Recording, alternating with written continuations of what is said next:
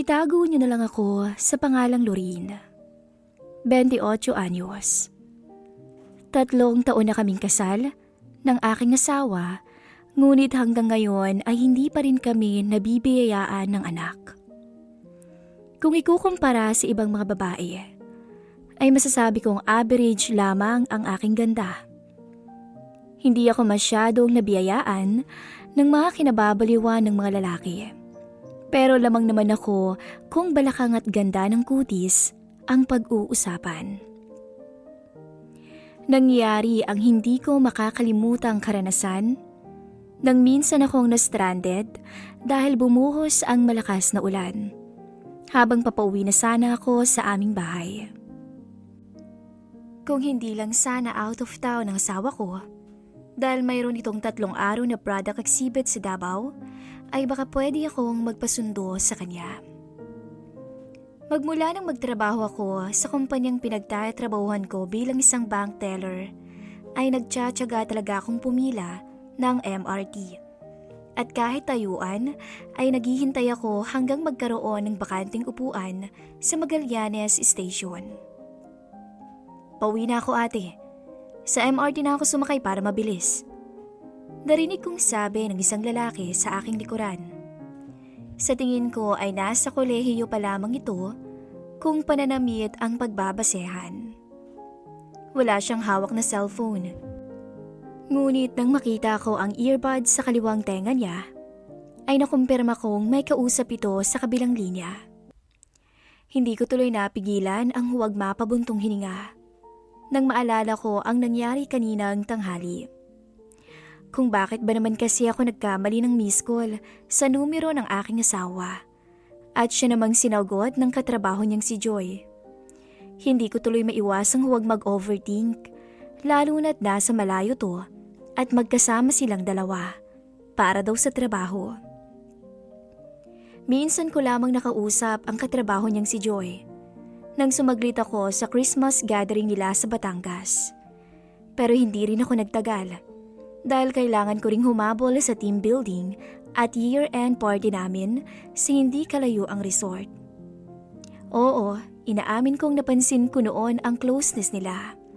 Pero binaliwala ko yun dahil alam kong mabait at friendly ang asawa ko sa mga katrabaho nito. Ayoko mang pagdudahan ng asawa ko. Ngunit masama na ngayon ang aking kutob. Tulad na lamang ng kadalasan kong naririnig na bilang isang babae, kailangan mo raw maniwala sa iyong kutob dahil hindi yun kailanman pumapalya. Sorry ma'am. Napalingon ako nang marinig muli ang boses ng lalaki kanina. Hindi kasi sinasadyang matama ang siko niya sa may balikat ko. Kung hindi ako nagkakamali, ay lamang na lamang ang tangkad nito kung ikukumpara sa aking mister. Halos pantay lang kasi ang tangkad naming dalawa, kung kaya naman iniiwasan kong magsuot ng high heels sa tuwing magkasama kami dahil magmumukha akong mas matangkad sa kanya. Okay lang, sabi ko at saka napangiti na lamang ng matamis dito. Bahagya akong pinagmasdan ang sling ng suot nitong ID at nakita kong hindi yun mula sa isang eskwelahan, kung hindi sa isang kumpanyang malapit lamang sa trabaho ko. Mukhang nagkamali pala ako ng hula dahil akala ko nasa kolehiyo pa lang to, dala ng pagiging baby face niya. Magallanes Station. Napabuntong hininga ko at nakiramdam kung may mababakanting upuan malapit sa kinaroroonan ko. At ganoon na lamang ang tuwang naramdaman ko nang tumayo ang isang matandang babae, ngunit mabilis din naman tuwang napalitan ng babaeng nakatayo sa may gilid ng pintuan. Maging ang bakanting upuan sa bandang kanan ay hindi man lamang yata inabot ng 1 minuto. Kung bakit ba naman kasi ako napunta dito sa may sulok, ang hirap tuloy makipag-agawa ng bakanting upuan. Marahil dahil zero visibility na rin sa labas at hindi magawang magkasundo ng malakas na hangin at buhos ng ulan, kaya dagsaan pa rin ang mga taong sumasakay ng MRT. Akala ko pa naman makakapagpahinga ang mga tuhod ko dala ng pagod sa trabaho. Pero nagkamali lang pala ako ng akala. Ma'am, okay lang kayo? Saglit akong natulala dahil hindi ko na malayang nakadumog na pala ako sa aking pwesto. Bakanting upuan lang ang nawala sa akin, pero para na akong nawala ng pag-asa sa buhay. Mabuti na lang at lumapit siya sa akin, na parang bigla itong kinabahan dahil hindi na ako gumagalaw sa kinatatayuan ko. "Huwag kang mag-alala, ayos lang ako," sabi ko habang nakatuon ang atensyon ko sa mga paa at tuhod kong nangangalay na talaga dahil sa tagal kong nakatayo. Pinagmasdan niya ako, na para bang hindi to naniniwala sa sinabi ko. Bakas pa ang matinding concern sa mukha nito. "Pwede kayong sumandal sa akin kung nangangawit na ang mga paa niyo," anya gamit ang mahinang boses. Hindi ako nakasagot sa suhestyon niya at minabuting magtiis na muna. Hindi kasi ako sanay na nakakaabala sa ibang tao maliban sa aking asawa. Pero sa tuwing bumubukas ang pinto, ay mas lalo lamang nagdadagdagan ang pasahero. Hanggang sa napanguwi na lamang ako nang tumama sa akin ang bag ng isang babaeng nagmamadali palabas. Alam kong napansin niya ang naging reaksyon ko at kung bakit na para pa ko bigla sa kanya. Mas lalo namang humigpit ang pagkakakapit niya sa bakal na para bang sinasadya nitong magsilbing matibay na pundasyon para huwag lamang kaming mabuwag at masiksik sa mga tao lalo na sa mga paparating pa. Lihim akong na-stress at parang medyo naaalibadbaran na sa mga nangyayari. Nagahalo na ang inis at frustrasyon ko dahil wala akong idea sa ginagawa ng asawa ko ngayon kasama ang kanyang office mate sa Davao at napakamalas talaga dahil pahirapan pa maging ang pag-uwi ko mula sa trabaho. Maagang pahinga lang naman sana ang hinihingi ko. Pero bakit maging yun ay pinagkakait sa akin ng panahon? Grabe, baka mamaya magkaroon na ng komisyon dahil sa dami ng tao. Inis kong sambit. Mukha na nga tayong sardinas dito. Parang may balak pa silang gawin tayong corned beef sa sobrang dikit-dikit natin. Pansin kong natawa siya dahil sa sinabi ko. Pero mabilis din itong pinigilan ng sarili. Marahil dala ng takot na baka madamay siya sa init ng ulo ko. Wala kaming imik na dalawa. Nang muling umandar ang tren, hanggang sa napatingala na lamang ako ng bahagya, nang mapansin ang biglaang paglakas ng hininga niya.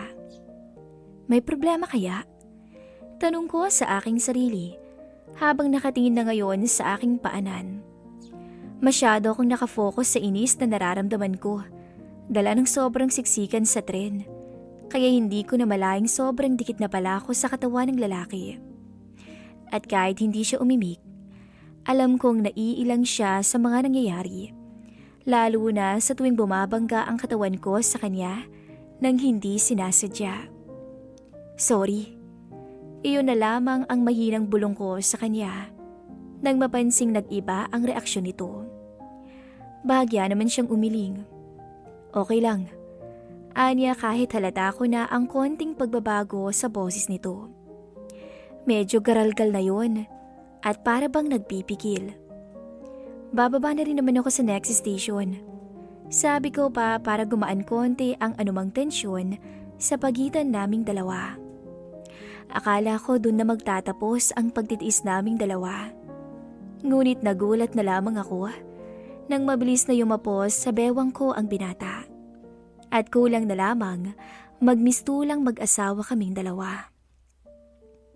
Dahil nga mas matangkad to sa akin, nasaksihan ko kung paano ang di malamang reaksyon niya. Habang pasimpleng nakatanaw sa neckline ng pangtaas kong uniforme. Hindi ko na kailangang hulaan kung saan nakatuon ang atensyon niya ng mga oras na yun. Dahil alam kong tanaw sa neckline ng suot kong blouse ang dapat na para lang sa mister ko. Pakiramdam ko kasi, nasasakal ako kung aabot ng dulo ang botones ng blouse ko. Kaya nakasanayan kong kalasin ang isang botones. Ganon ang ginagawa ko sa lahat ng uniforming suot ko araw-araw. Muling gumalaw ang Adam's apple ng lalaki. Kaya nakaramdam ako ng kaba. Sinubukan kong lumayo sa kanya. Ngunit mas lalo lamang akong naitutulak papalapit sa kanya sa tuwing naitutulak ako ng mga taong nakapaligid sa amin. Ma'am, nagtama ang mga mata naming dalawa nang maramdaman ko ang maalab niyang hininga malapit sa aking tenga. Hindi ako nakapagsalita dahil tuluyan akong natameme nang dumikit sa bandang puson ko ang isang bagay na pwedeng sumubok at mag-udyok sa aking katapatan bilang babaeng may asawa na. Nakasuot pa nito ng pantalon, ngunit halata kong apektado siya ng sitwasyong kinaroroonan naming dalawa. Ayoko mang aminin, ngunit tulad niya ay kanina pa ako nadadala ng sitwasyon namin. Hindi ko maipaliwanag sa aking sarili. Iba ang naging epekto sa akin ng pag-aalala niya kanina, hanggang sa tuluyan na ngang nagkaroon ng tensyon sa pagitan naming dalawa. Pwede ko bang hiramin ang hawak mong folder? Anya dahilan para matulala ako.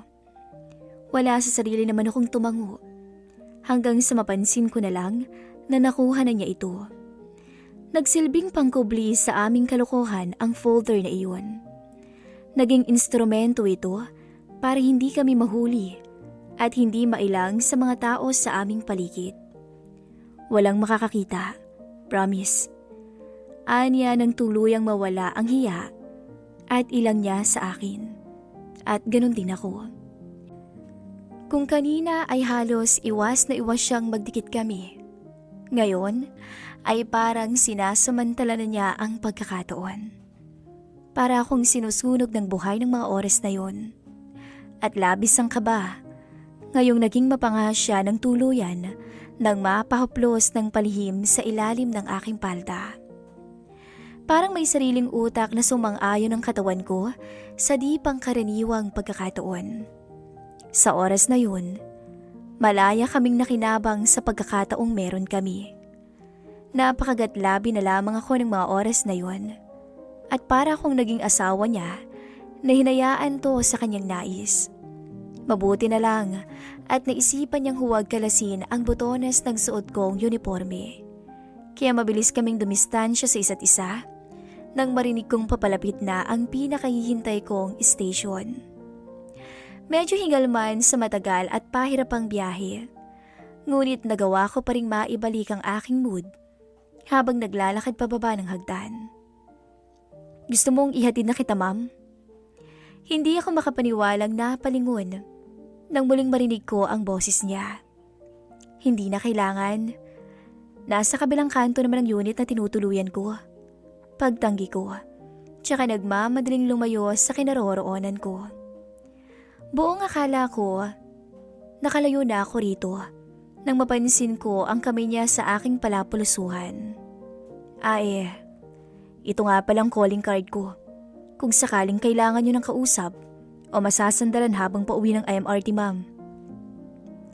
Tumango na lamang ako at tinanggap ang ibinigay nito upang matapos na ang usapan. Kailangan ko na kasing maging maingat at baka mamaya may makakita sa amin at kung ano pang makarating sa asawa ko.